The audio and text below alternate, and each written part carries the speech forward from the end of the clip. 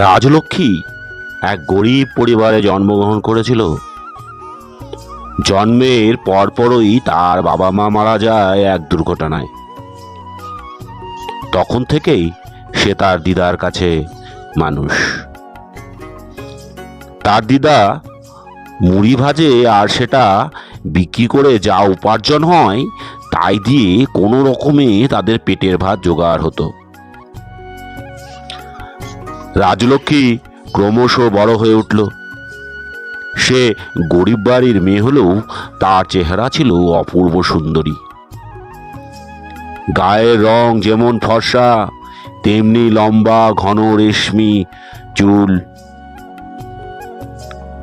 তার চোখটি ছিল বড় বড়, অপূর্ব মায়ায় ভরা। একদিন তার দিদা অসুস্থ হয়ে পড়ে। সে ঘুরে ঘুরে আর মুড়ি বিক্রি করতে যেতে পারে না। রাজলক্ষ্মী তার দিদাকে বলে, শোনো দিদা, তুমি এখন থেকে আর মুড়ি বিক্রি করতে যেতে পারবে না। আমি ঘুরে ঘুরে মুড়ি বিক্রি করব, তুমি ঘরে বসে থাকবে। এখন তো আমি বড় হয়ে গেছি, আমি মুড়ি বিক্রি করব। আমার এই ছোট্ট নাতনিটা কত বড় হয়ে গেল রে। না মা, তোমাকে আর মুড়ি বিক্রি করতে যেতে হবে না। আমি কদিন পর অল্প সুস্থ হই, আমি যাব মুড়ি বিক্রি করতে। না দিদা, বললাম না তুমি ঘরে বসে থাকবে, আমি যাব।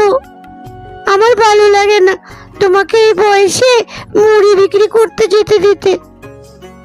না মা, তুমি জানো না বাইরের পরিবেশ, অনেক খারাপ মানুষ বাইরে আছে।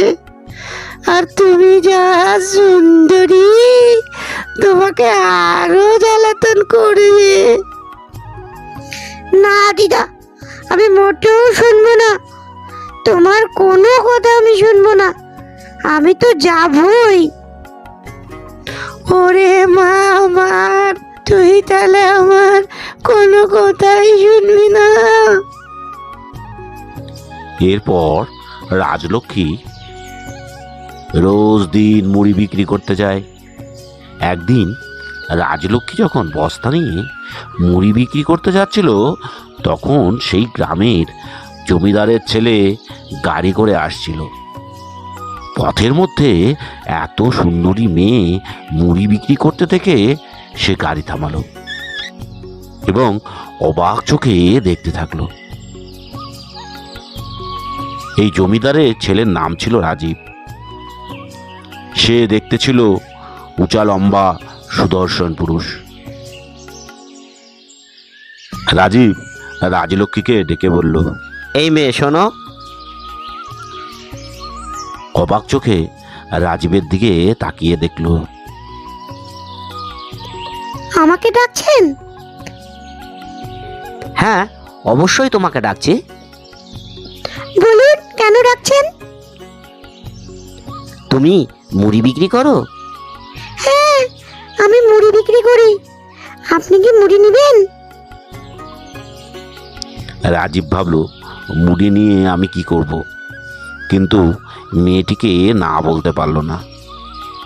সে বলল, হ্যাঁ, আমি মুড়ি নেব, দাও আমাকে মুড়ি।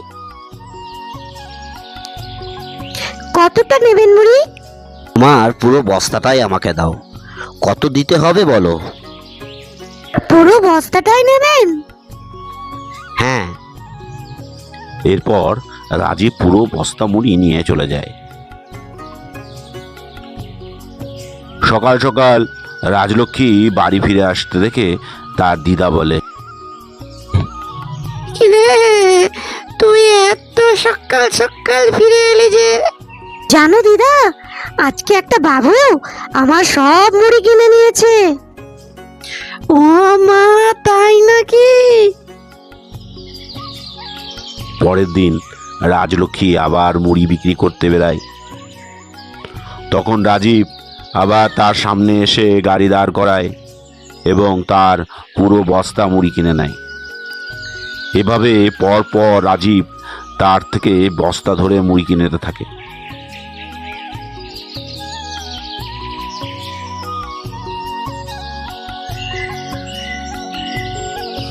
রাজলক্ষ্মী তাড়াতাড়ি বাড়ি ফিরে আসে।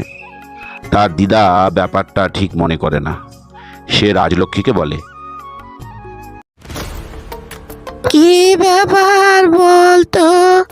প্রতিদিন ছেলেটা তোর থেকে বস্তা ধরে মুড়ি কিনে নিচ্ছে, ব্যাপারটা তো আমার ঠিক লাগছে না রে।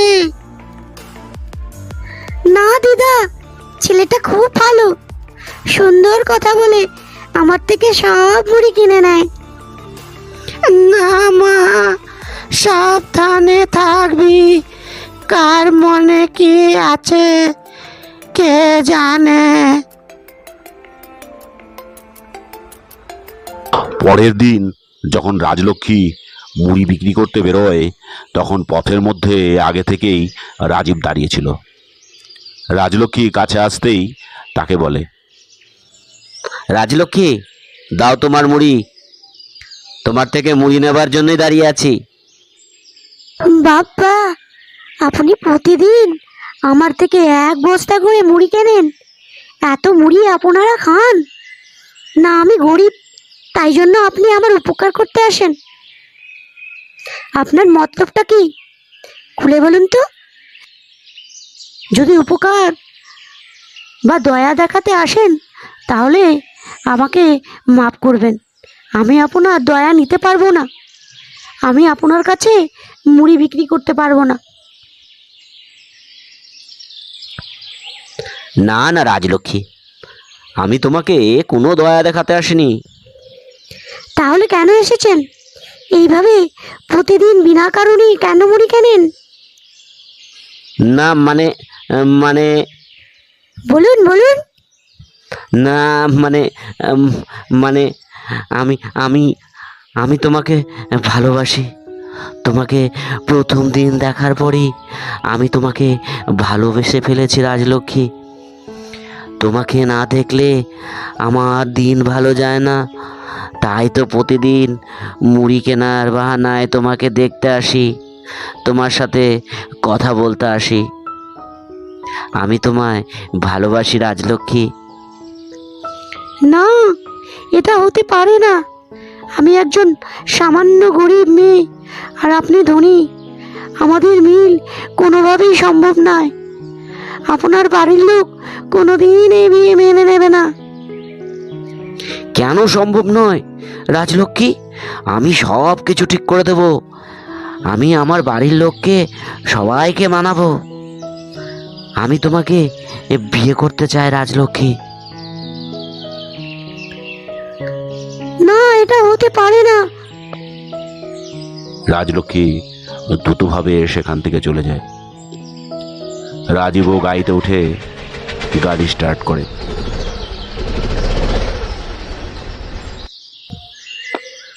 এরপর রাজলক্ষ্মী মুড়ি বিক্রি করতে বেরোয়। বেরোলে রাজীবের সাথে আর কোনো কথা বলে না, পাশ কাটিয়ে চলে যায়।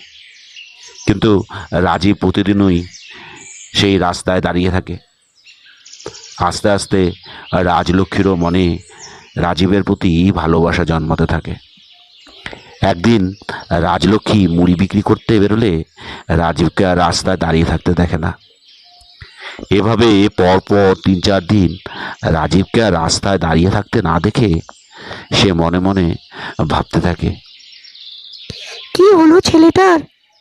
প্রতিদিন দাঁড়িয়ে থাকে, এতদিন আর আসছে না কেন?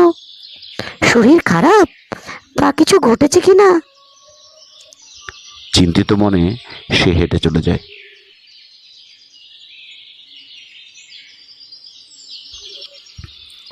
তিন চার দিন পর আবার রাস্তায় রাজীবকে দেখতে পায়। সে দাঁড়িয়ে আছে। রাজীব তাকে দেখে হাসলো। রাজলক্ষ্মীও তার দিকে হেসে তাকায় এবং জিজ্ঞাসা করে কিছু হয়েছিল কিনা।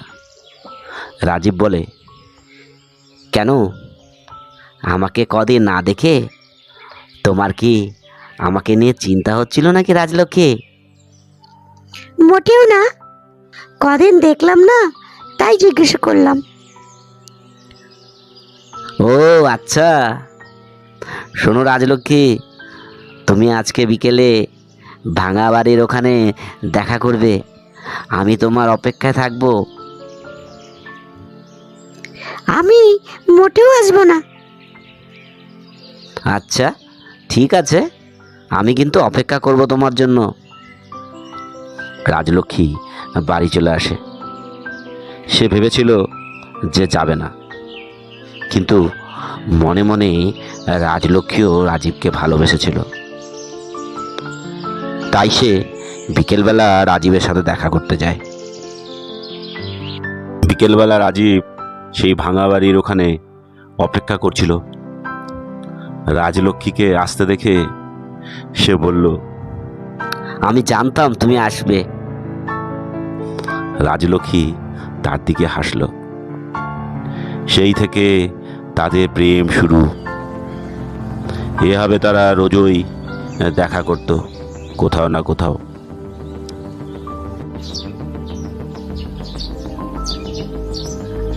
একদিন সন্ধ্যাবেলা রাজলক্ষ্মীকে রাজীব সেই ভাঙা পুরনো বাড়িতে ডাকে।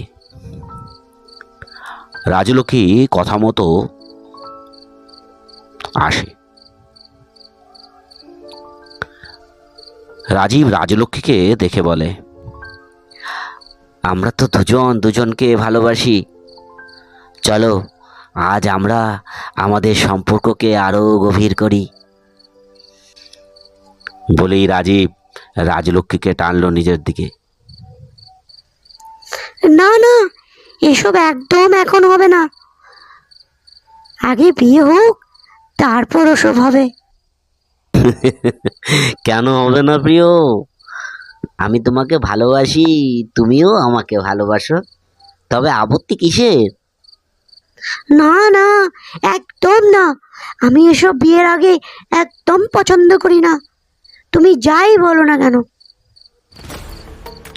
রাজীব জোর করতে লাগলো রাজলক্ষ্মীর সাথে। রাজলক্ষ্মীও তাকে মুক্ত করে পালাতে চাইল। আর তখনই রাজীবের আরও 3 জন বন্ধু তার রাস্তা আটকে দাঁড়ালো।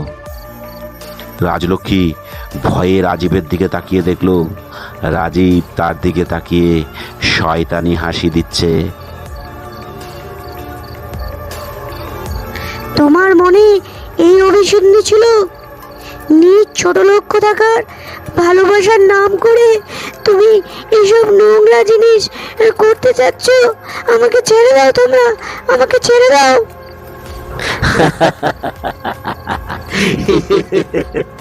আরে মেরি জান, তোমাকে আমি মোটেও ভালোবাসি না। তোমার মতো এরকম কত মেয়েকে নিয়ে আমি খেলেছি। তোমার মতো গরিব বাড়ির মেয়েকে আমি বিয়ে করব?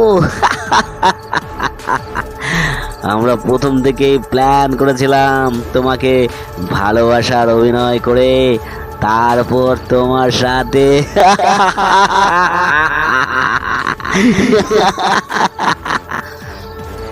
তারা 4 জন মিলে হাসতে থাকলো। রাজলক্ষ্মী পালাতে চাইলে তারা তাকে ধরে ভাঙা বাড়ির ভিতরে নিয়ে যায়। রাজলক্ষ্মী নিজেকে বাঁচাবার জন্য প্রাণ চেষ্টা করে, তাদের কাছে অনেক কাকুতি মিনতি করে তাকে ছেড়ে দেবার জন্য, কিন্তু তারা তাকে কিছুতেই ছাড়ে না। তার সাথে জোর জবরদস্তি করে। ছেড়ে দাও আমাকে, আমাকে ছেড়ে দাও, বাঁচাও। রাজলক্ষ্মী এরপর জ্ঞান হারায়। তারা তাকে মরা ভেবে ভাঙ্গা বাড়ির পাশে একটি কুয়ো ছিল, সেখানে ফেলে দেয়।